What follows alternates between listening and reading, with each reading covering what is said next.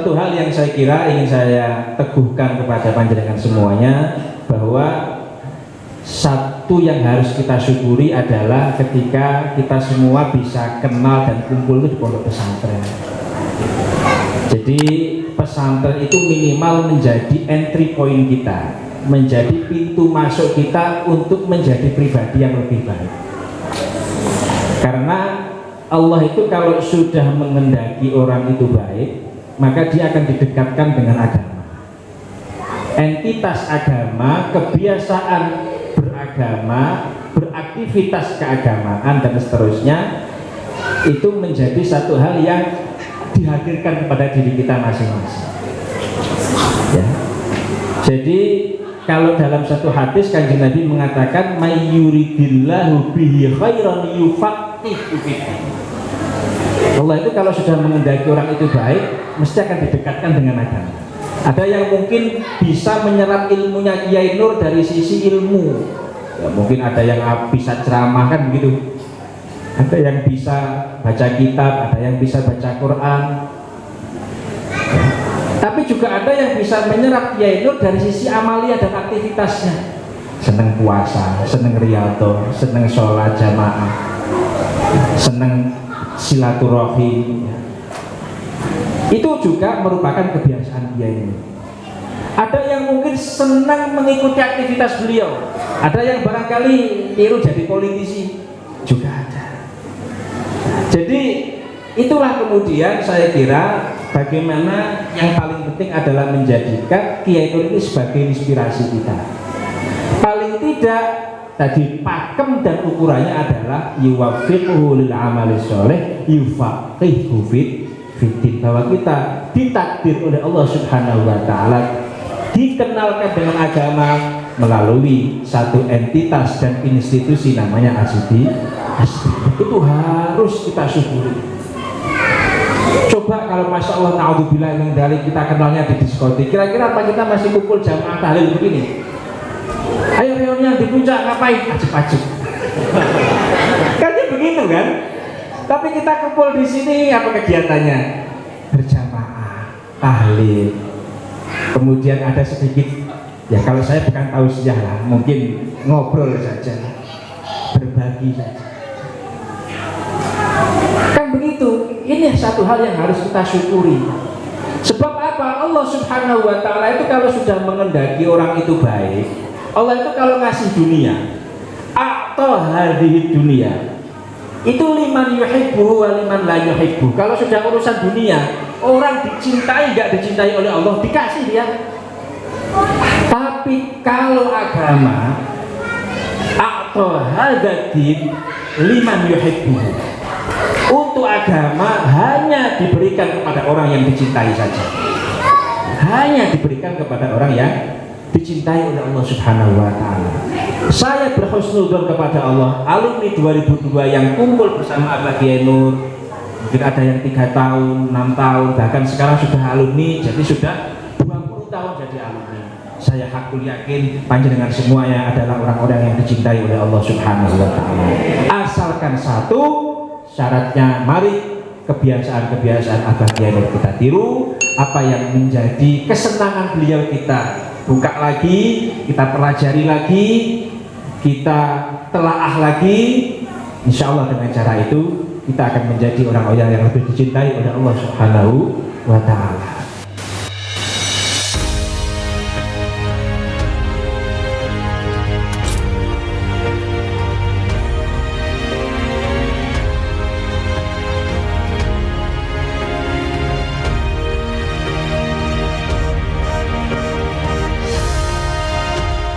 Bismillahirrahmanirrahim.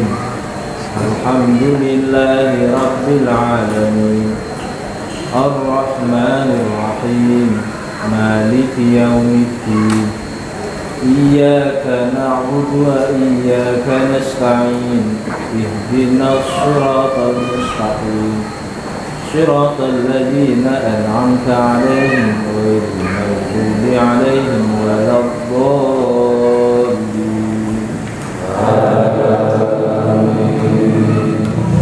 Alhamdulillah, tentu satu hal yang menurut saya perlu untuk kita syukuri bersama-sama bahwa kita dipertemukan oleh Allah Subhanahu wa Ta'ala di pondok pesantren bersama dengan Abah Kiai Nur.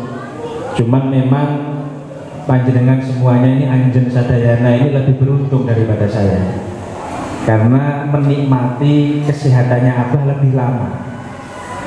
Betul ya? Jadi 2002 itu mungkin sehat-sehatnya beliau. Ya, jos lah pokoknya. Ya, kalau dalam bahasa sederhananya, bahasa rendah Marijan itu ya apa itu, rosok. Tapi kalau saya 2012 menikah dengan Mbak Balkis itu selang setahun setengah atau 2 tahun kemudian beliau sudah sakit yang koma yang parah itu. Jadi tidak sempat dituntun untuk kemudian banyak menyerap ilmu, banyak menyerap aktivitas, kebiasaan. Kalau bahasa Jakartanya barangkali legacy yang diwariskan oleh Abah Nur untuk yang selama ini sudah barangkali Anjen Sadayana serap lah dari beliau. Saya kebetulan tinggal saat ini bersama dengan yang Balkis itu diletakkan di puncak ya, jadi kawasannya nggak jauh dari sini, cuma naik lagi. Jadi di Taman Bunga Nusantara, mungkin sudah tahu sebagian ya, taman bunga itu yang bunganya seantero dunia barangkali. Nah itu ada di situ. Nah hanya 2 kilo dari situ lurus lagi melewati Lembah Karmel, nanti seberang dari SMP Negeri, masuk ke belakang, nah itu baru di tempat kami Asidikiyah yang ke-10 ya, atau biasa disebut dengan Asidikiyah termenung karena terlalu mepet gunung, atau Asidikiyah yang di atas awan ya. Jadi Abah itu 2010 dapat tanah itu, tanahnya dari almarhum almarhumlah Pak Haji Abdul Ghani, itu yang bangun gedung yang mepet dengan dalam ini untuk asrama putri ya. Itu yang kalau tidak salah namanya gedung Sintogani atau apa. Nah itu beliau dulu punya tanah di mana, di puncak di Panas yang saya tempati itu 8 hektar. Tidak diurus bertahun-tahun. Kemudian begitu saya ini sama Neng Balkis itu menikah itu juga nggak janjian, nggak pernah kenal. Kebetulan saya di Jordan, Neng Balkis waktu itu di Yaman. Nah, jadi itu kan jauh, naik pesawat saja bisa sekitar 3-4 jam. Nah cuman waktu itu semester terakhir saya itu sudah kebelet nikah. Nah, jadi alhamdulillah saya ya waktu itu ya prinsipnya kalau sudah kebelet itu berarti hukumnya wajib, kan begitu aja. Saya tidak mikir pekerjaan macam-macam sudah. Saya menyampaikan ke abah saya di Banyuwangi kalau saya pengen menikah, kemudian dilalah cari yang di sekitar deket-deket lah ya, di Banyuwangi, di Jawa Timur sendiri. Itu nggak judul-judul gitu. Entah itu yang saya tidak mau atau sana yang nggak mau, tapi banyakan yang saya tidak mau. Berarti insya Allah lebih mahal. Ternyata ketika abah saya itu di Jakarta bertemu dengan Abah Kiai Nur, karena kebetulan memang kawan mulai kecil. Nah kemudian ya tidaklah Neng Balkis itu pulang dari Yaman ya. Kok tahu abah saya ada kerentak gitu, ada getaran di hati, kemudian diminta, itu ya diminta saja. Kalau Abah Kiai Nur itu kok dikasih begitu, padahal juga banyak itu belum tahu saya. Jadi ya husnudon saya, ya husnudon saja pokoknya. Nah, habis itu kenalannya lewat satu torikoh media, namanya torikoh Facebookia. Nah, sekarang kan ada Instagramnya, ada Facebookia, ada Twitteria kan begitu. Yang penting bukan uyah aja, bukan garam. Jadi lewat situ saja, alhamdulillah. Begitu kemudian nikah itu langsung kira-kira apa itu tidak minta mahar macam-macam. Maharnya yang penting Gus Riza ini mau saya tempatkan di Cipanas, itu saja sudah. Ya, nggak minta alfiah, nggak minta hafalan Quran, kira-kira begitu. Nah saya ya alhamdulillah ya ditaruh di sana ya awalnya ya tinggal itu ya bingung juga, bukan lingkungan situ kan, lingkungan Sundanya sudah halus, kemudian tanahnya juga pesantrennya luar biasa, air dan macam-macam tidak seperti di Kedoya atau di Jeper. Pokoknya luar biasa lah perjuangannya. Singkat cerita alhamdulillah dulu saya ditinggali di sana itu jadi sekitar 20 anak, tanahnya 8 hektar. Jadi kalau dibagi itu kira-kira per anak itu bisa dapat tempat tidurnya itu setengah hektaran saking luasnya. Tapi ya memang nggak ada apa-apanya. Tapi alhamdulillah sekarang ada 250-an. Nah, saya dulu membayangkan apa bisa lanjut, apa bisa istiqomah dan seterusnya. Tapi alhamdulillah memang kalau sudah Allah mengendaki kebaikan itu insya Allah ya kun fayakun saja.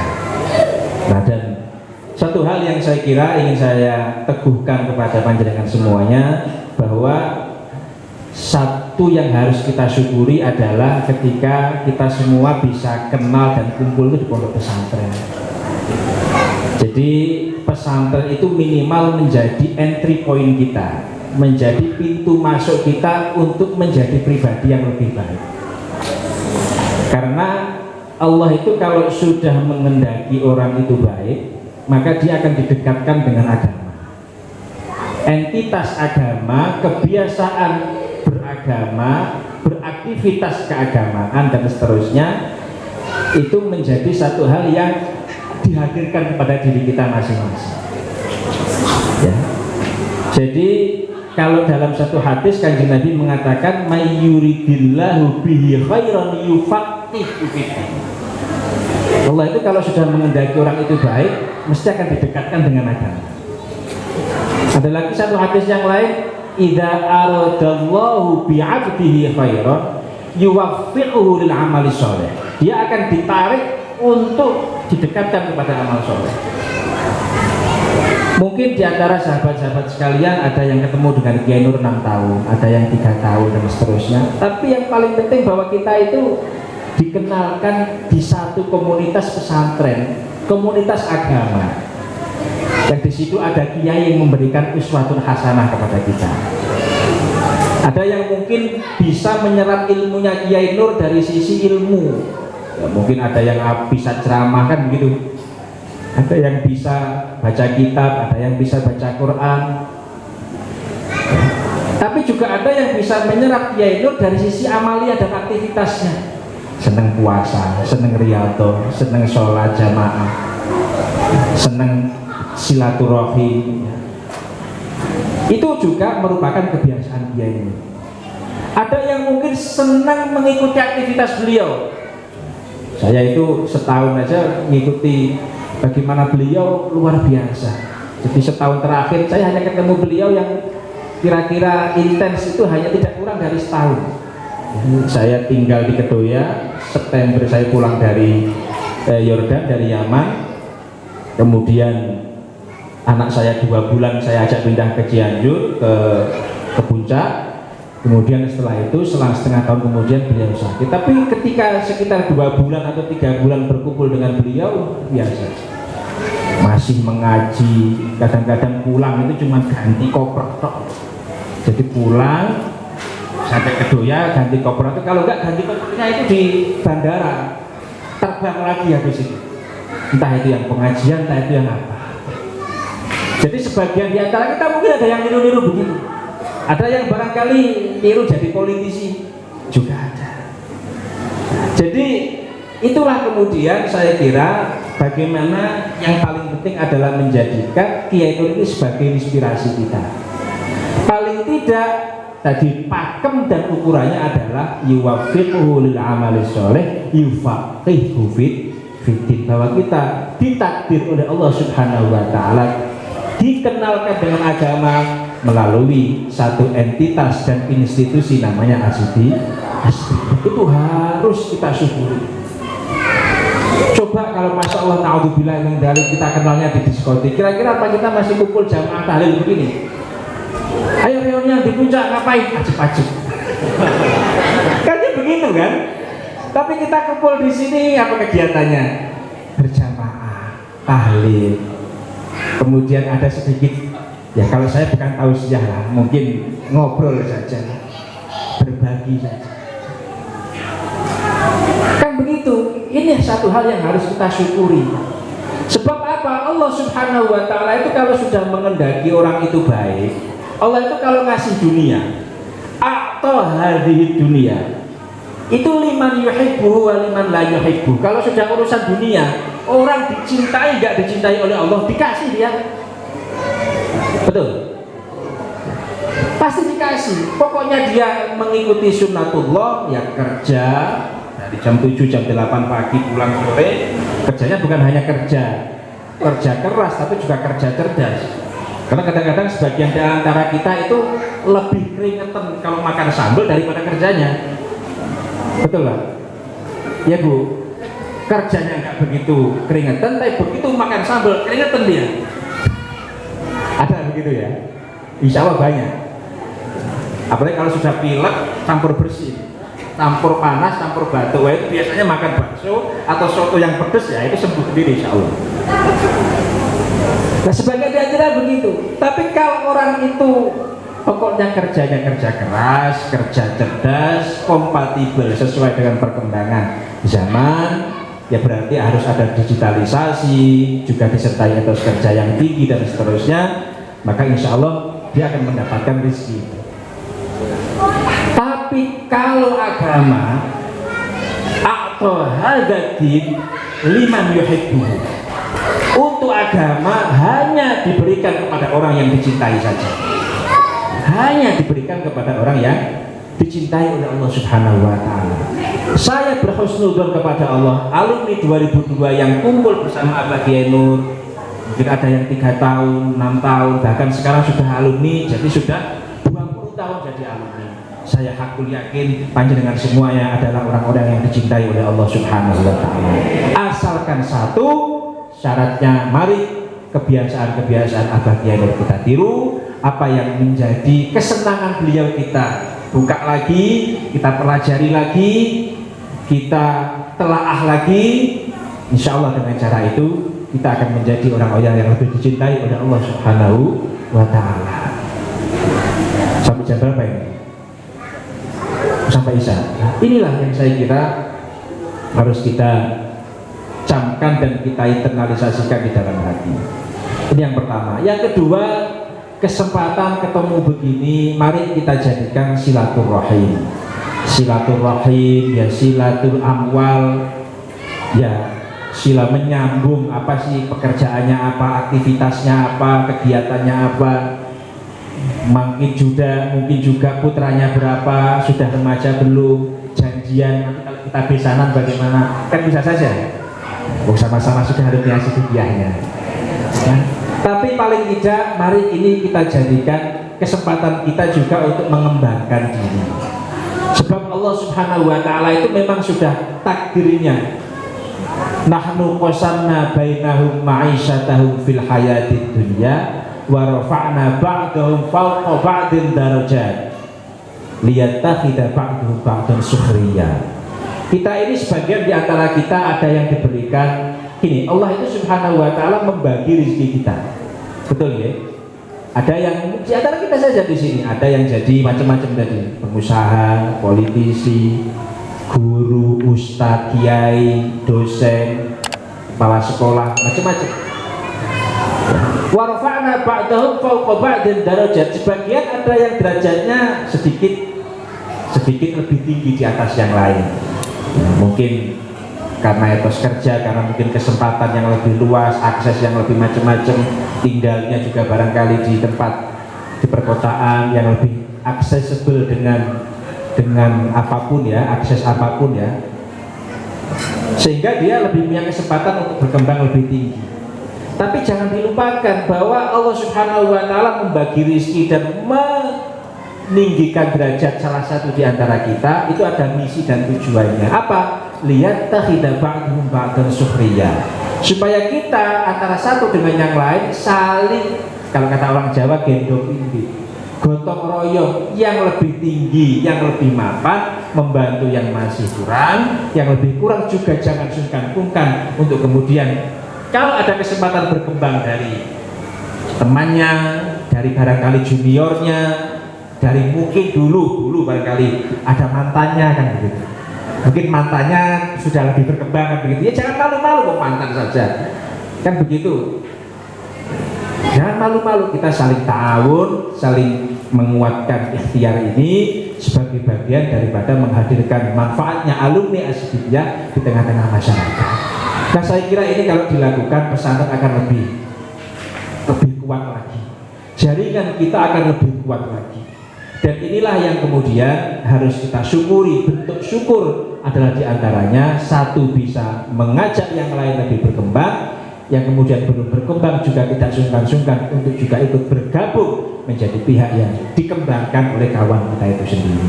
Saya kira ini syukur yang harus kita berikan. Sebab syukur ini balasannya jelas.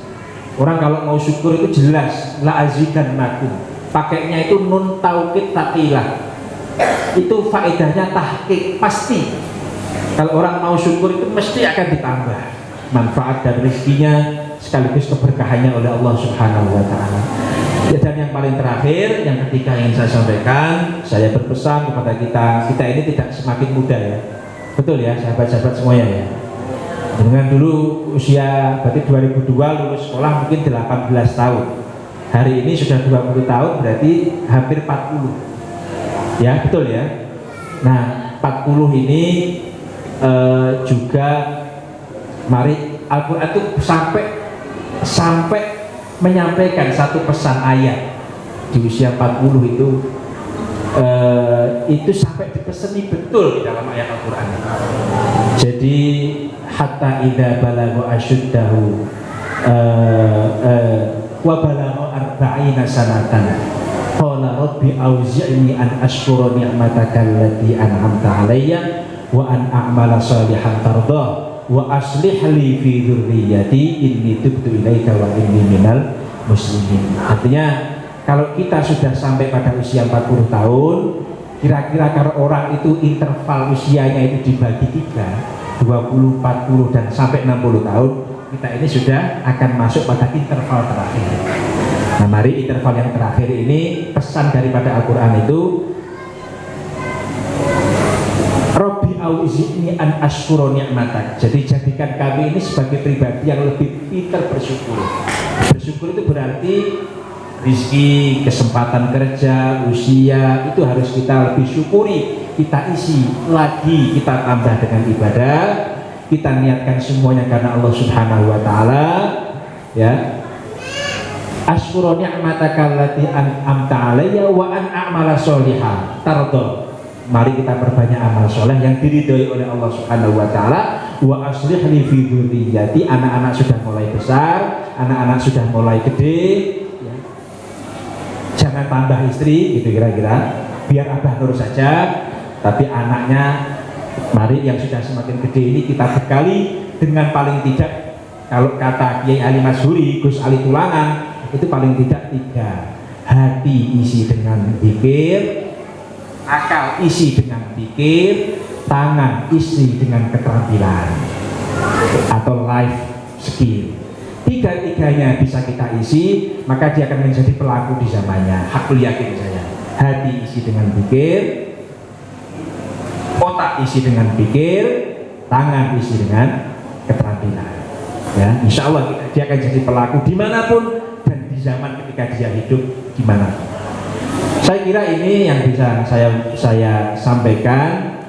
Mari kita semua sekali lagi kita perkuat visi dan niat kita di dalam terus membangun keluarga yang sakinah mawaddah warahmah. Anak-anak yang sudah mulai besar, mari kita bekali dengan ilmu pengetahuan, dengan ilmu agama yang cukup. Insya Allah dia akan menjadi orang-orang yang senantiasa menjadi pelaku di zamannya dan menjadi orang-orang yang memiliki kemanfaatan di tengah-tengah masyarakat, di kehidupan berbangsa dan bernegara. Saya kira ini nanti kalau banyak-banyak lupa ya. Yang penting sedikit saja, nentes pedes gitu aja. Semoga apa yang saya sampaikan ada manfaatnya, dan mohon maaf jika kemudian yang saya sampaikan mungkin tutur kata yang kurang berkenan di hati para sahabat-sahabat sekalian. Mari sekali lagi kita sambung ya. Nah, saya pesan ya, jangan lupa kalau punya putra putri ya, mungkin 2 atau 3 anak, ya diikhtiarkan salah satunya bisa ditaruh di Asidikiyah ya, karena memang cara nyambungnya antara alumni dengan pesantren atau salah satu kekuatan pesantren itu ada juga pada alumninya. Kalau mungkin punya anak 2 atau 3, ada yang mungkin di sekolah umum atau di sekolah di luar Asidikiyah, di pesantren di luar Asidikiyah, nah mari yang salah satunya bisa ditaruh di Asidikiyah supaya melanjutkan generasi kita di pesantren Asidikiyah dan juga bagian dari ikhtiar kita menghidupkan Asidikiyah. Saya kira ini, terima kasih banyak. Hadanallahu wa iyyakum ajmain. Wallahul muwaffiq ila aqwamit thoriq. Kapan-kapan kalau ke Puncak lagi saya undang mampir mangga ke Taman Bunga, ke pesantren Asidikiyah. Kalau pas ke Taman Bunga lanjut sedikit 2 kilo, nanti di sana bisa menyaksikan flying fox ya. Tapi pakai daun pisang.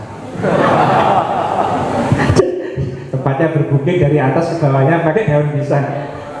Ya, nanti kalau Azirudi ke sana kan disumbang sama beliau, disumbang flying fox. Terima kasih. Assalamualaikum warahmatullahi wabarakatuh.